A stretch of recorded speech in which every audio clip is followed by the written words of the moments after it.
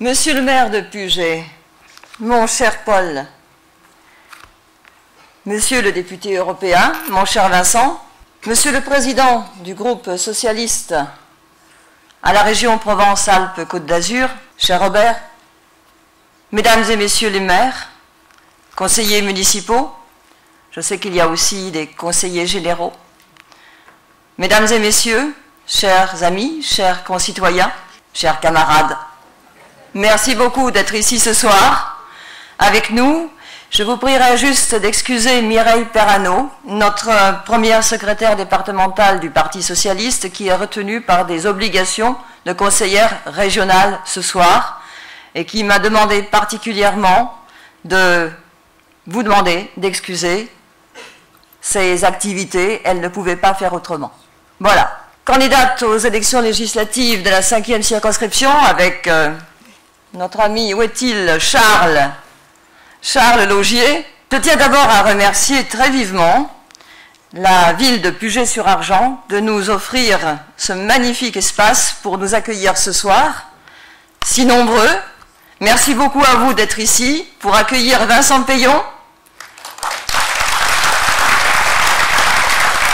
chargé auprès de François Hollande de la jeunesse et de l'éducation, et qui aura donc l'occasion tout à l'heure, dans très peu de temps, parce que je n'ai pas l'intention de monopoliser le micro, c'est lui notre vedette ce soir, donc de lui laisser la parole très rapidement.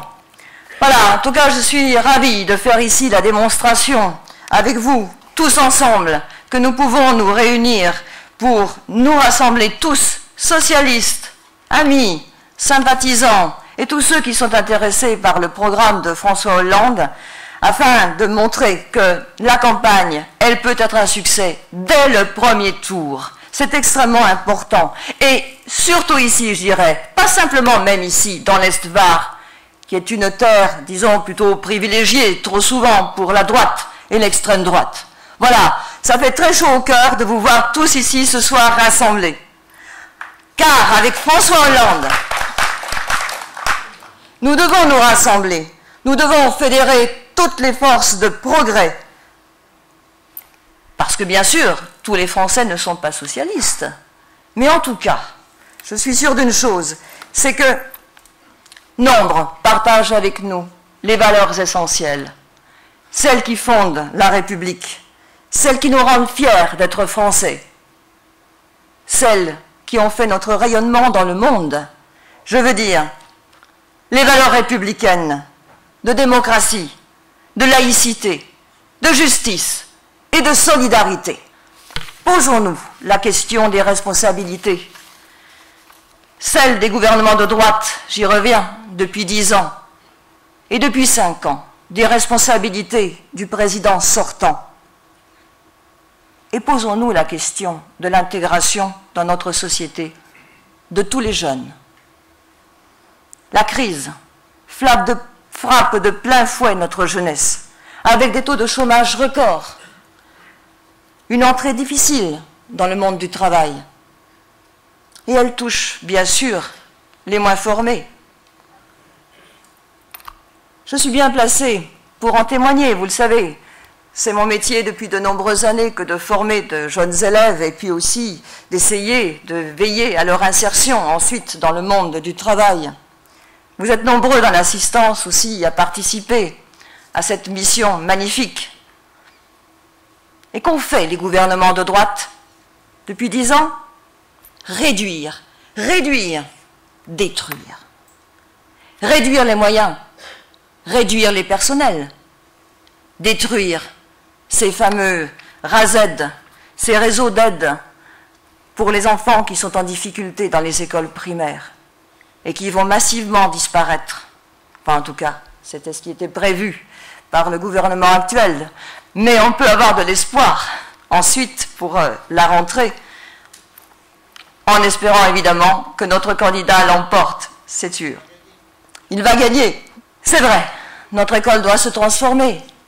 C'est vrai qu'elle doit s'adapter, c'est vrai qu'elle doit évoluer. Mais pas question d'en faire le prétexte pour qu'on la casse. Nous ne pouvons pas continuer à laisser désespérer les enseignants. Nous ne pouvons pas continuer à laisser les parents dans l'inquiétude pour l'avenir de leurs enfants. Nous devons offrir un avenir à notre jeunesse. Parce que la jeunesse, c'est notre avenir. C'est l'avenir de notre pays. C'est bien pourquoi François Hollande en a fait la priorité des priorités dans son programme. Et c'est bien pourquoi aussi nous sommes particulièrement heureux d'accueillir ce soir Vincent Peillon, expert en la matière, pour qu'il nous trace les perspectives de notre école contenues dans le programme de François Hollande. Je vais lui passer la parole maintenant dans 30 secondes. Je voudrais juste me permettre, pour conclure, 2 ou 3 petites boutades. 2 mots sur l'ambiance de la campagne. On dit que les Français saturent. Eh bien, je crois qu'ils satureraient à moins. Une idée par jour, le contraire le lendemain. Difficile d'y voir clair. Par contre, les Français qui ont entendu tout et son contraire du président agité sortant, ils ont aussi pu mesurer déjà le programme constant et cohérent que notre candidat a présenté sous forme de 60 propositions et qu'il continue à travers toute la France de préciser dans les réunions qu'il tient et aussi à travers ces experts qui tiennent des réunions comme ce soir. Alors voyez-vous, quand on dit que la campagne s'enlise, quand on dit qu'elle n'intéresse plus que mollement les Français, je n'y crois pas, mais pas du tout. Moi je crois que les Français sont tout simplement impatients de changer de président. Je crois qu'ils veulent le changement tout de suite, ils le veulent maintenant, et ils voudraient déjà qu'on soit à la veille des élections.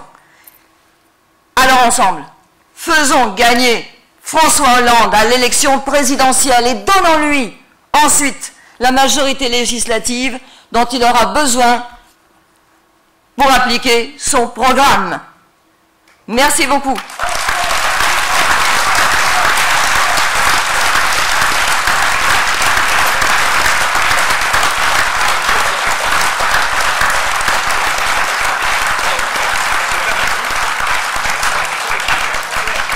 Et pour qu'il puisse rassembler les Français, à nous tous, de rassembler les Fréjussiens, les Raphaélois, les Pugestois, les Muyois,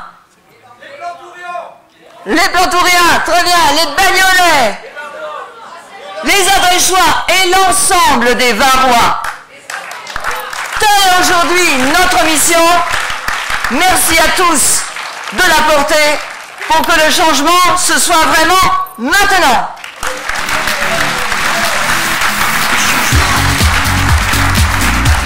Je passe la parole à Robert Alfonsi. Le changement